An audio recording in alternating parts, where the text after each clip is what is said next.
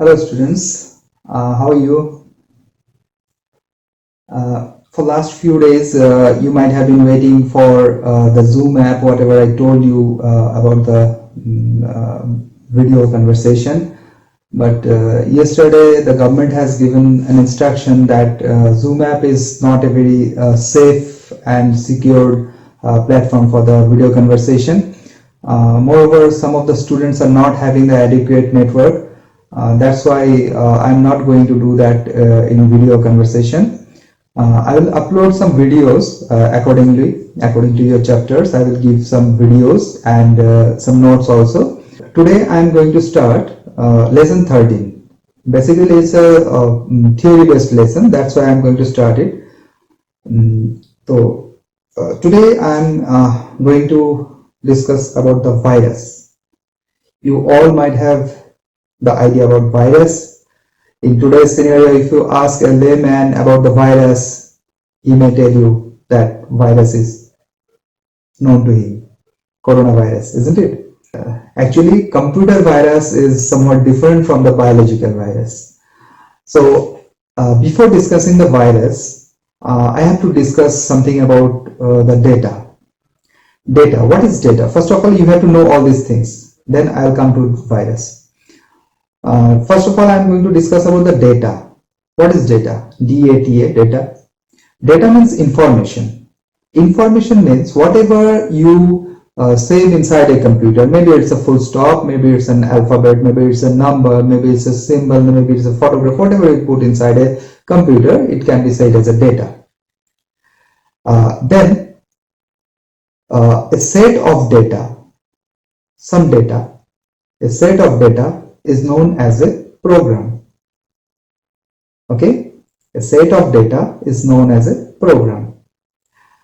And again, a set of a program is known as a software. Okay, first of all, we have got the data. Data means information. Then some information or some data makes a program. Then some programs make a software. Suppose I'm giving an example. If we consider the bricks, whatever you use to make a building. So let's consider the bricks as a data. So some bricks make a wall. So some data makes a program. So program can be considered as a wall, and then some walls make a room. So again we can consider the room as a software because some programs make a software. So to make a building or to make a room, what is the basic need? It's the data or the bricks, isn't it? So suppose I'm giving another example. Suppose a student, I'm considering a student as a data. Few students make a what? Yes, few students make a class, isn't it? Few students make a class. So class can be considered as a program. Again, few classes make a, or some classes make a, yes, it is a school. So the basic thing about the school is the students. Some students make the school. Okay. Suppose let's consider today you have gone to your school. Your principal says that few students from class 2 can sit in class 3. Few students from 3 put in class 7. Few students from 7 he put in class 10. Like this, he just jumbled it up. So in that case, is it possible to continue the classes that day? Is it possible? No, it's not possible because there is no particular class, because each class will have different types of students in it. So it is not possible for a teacher to teach a particular class. So in that case, The students are there, the teachers are there, the classrooms are there, but what we have done? We have just displaced the students. We have displaced some students from their place to another place. So in that case, the smoothly running school gets disrupted.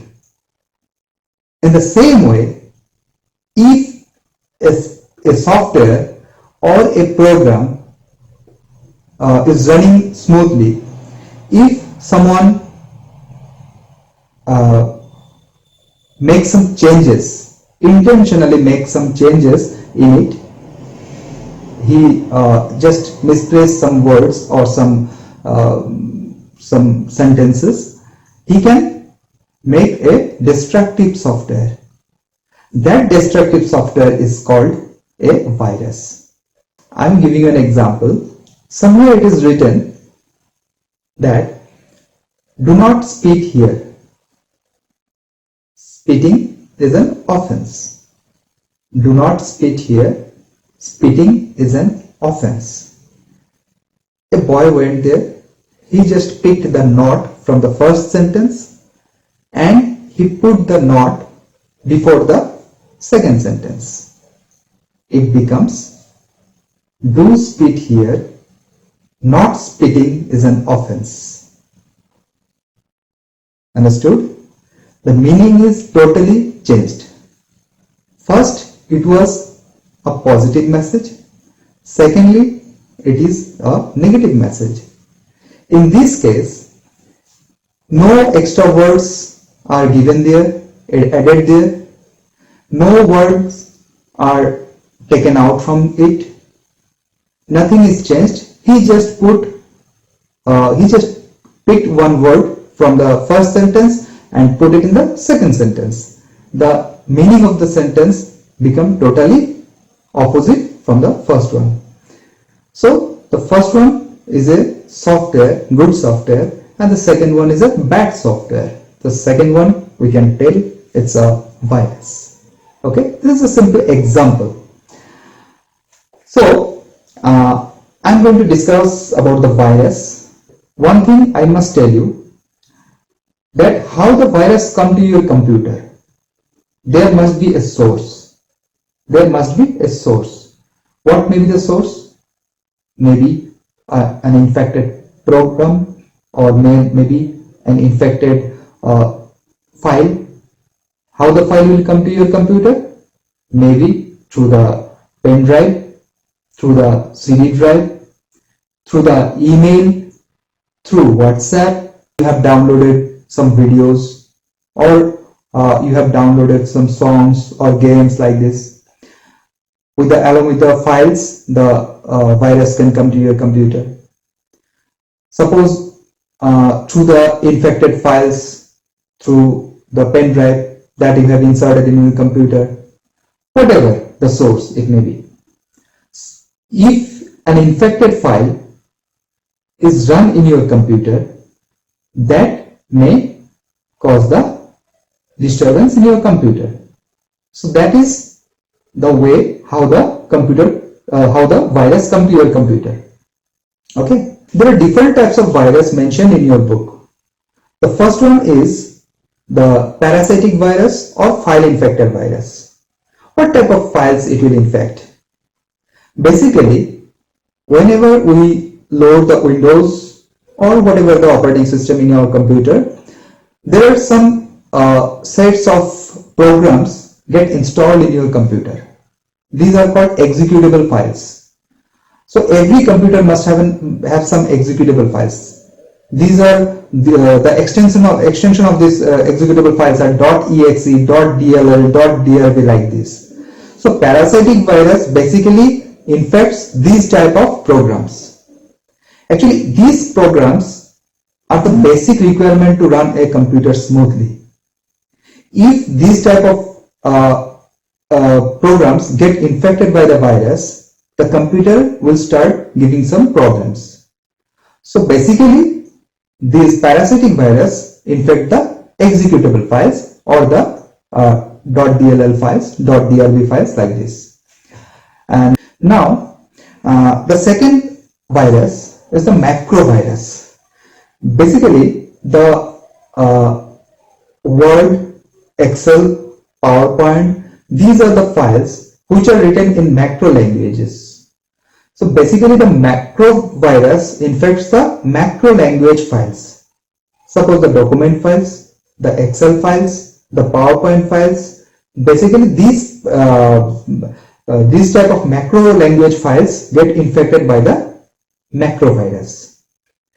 Third one is a multipartite virus. Multipartite virus, this type of virus infects computer system and spreads itself in a multiple way.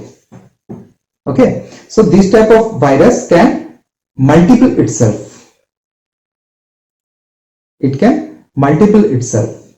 It can infect different types of files in your computer. Suppose whenever it enters in your computer, it will start infecting different files in your computer in a multiple way. It will increase itself, like the biological virus. Okay, now the polymorphic virus. Polymorphic virus changes its code when it passes to another computer system, making it difficult for an antivirus program to detect it. It's a very dangerous virus. Like a biological virus, if the biological virus has the mutation power, like this, they can change its code.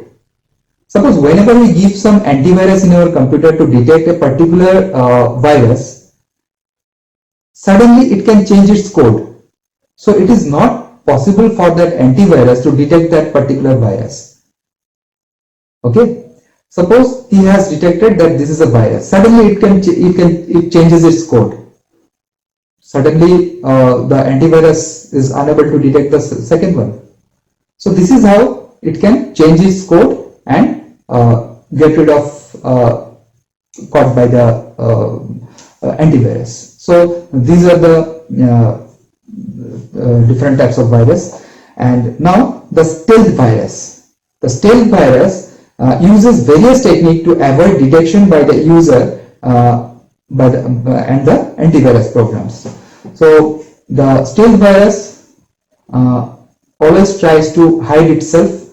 So it is not easy for the antivirus program to detect it very quickly.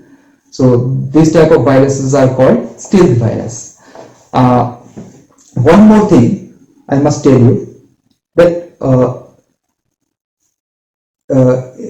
in your final exams, some questions may come like this. Suppose Anil has downloaded, they will give you a situation. Okay, then you have to find out the solution. Suppose a question comes that Anil has downloaded a file from the internet. From next day, his document file is showing some problems. So what will be the possible reasons behind this, and how we can solve this problem? The solution, one thing I must tell you, that solution for every virus is the antivirus. Only one solution is there. For every virus, maybe it is a macro virus, maybe it's a polymorphic virus, maybe it is a stealth virus, maybe it is a multipartite virus, whatever it is, but the solution is only one, that is you can use the antivirus program. So in this case, the solution is antivirus. And now the first one, you have to know that which virus infects the document file. You know that documents files are made up of macro languages, and macro language files gets infected by the macro virus. So in that case, you can answer that Anil's computer gets infected by the macro virus because document files are made up of macro languages. This is why his document file gets infected by the macro virus. This is why his document file is showing some problems, and we can use the antivirus programs to get rid of this problem. So this is how you can give the answer. Suppose Anil has downloaded a file from the internet From the next day, some of the function, suppose the CD drive is not working.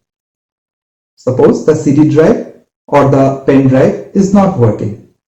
So what may be the possible reason behind this? And what is the solution to get rid of this problem? For this question, you have to understand that what is the reason behind this problem. The problem is definitely a virus, but which virus? I told you that .drb, .exe, .dll, these are the program files that those are used for a particular work in a computer. So DRB file basically works for the drives of the computer. When DRB file gets infected by the virus, then some drives may show the problem. Suppose the CD drive, suppose the DVD drive, suppose the USB drive. Okay, so DRB files get infected by the which virus? By the first one, the file infected virus. Okay, so you can answer that Anil's computer gets infected by the file infected virus, because file infected virus basically infects the .drb, .exe files. So in this case, DRB file gets infected. This is why the drive is showing the problem. So Anil's computer gets infected by the file infected virus, and its solution is to use the antivirus. Okay. Now I am going to discuss about the worms. A computer worm is a program capable of reproducing and spreading itself to another computer system, usually by means of a computer network.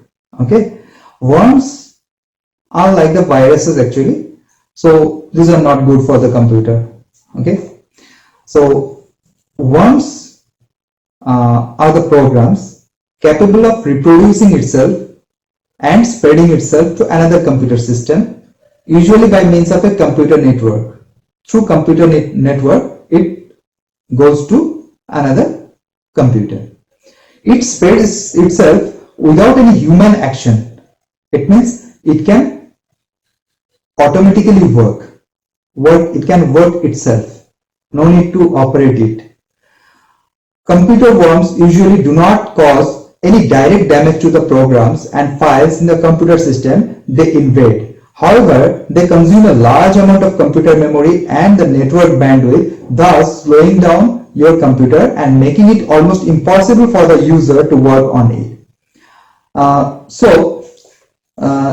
We can say that this type of virus doesn't do the direct harm to the computer.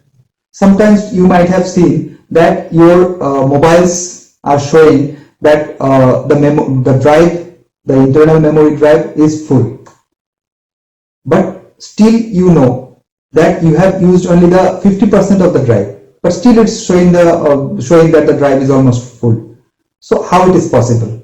It means your computer or your mobile gets infected by the worms. Worms usually consumes a large amount of space in your hard drive, and it slows down your computer or your mobile. Whenever you want to run a program or want to run a particular application, it will just buffer and buffer. It will take a long time to run it. So these are the problems basically arised by the worms.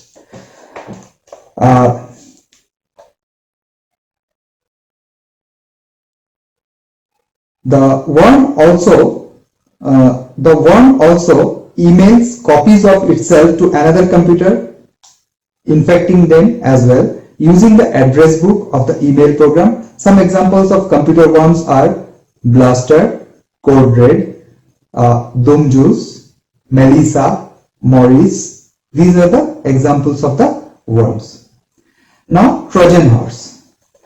Trojan Horse is a program that appears useful at first, but it actually programmed to pass the user's data or access right passwords to someone else. Suppose somebody wants to get the information from your computer, he can put some Trojan horse in your computer. You don't get any problem from it. It's like the spy.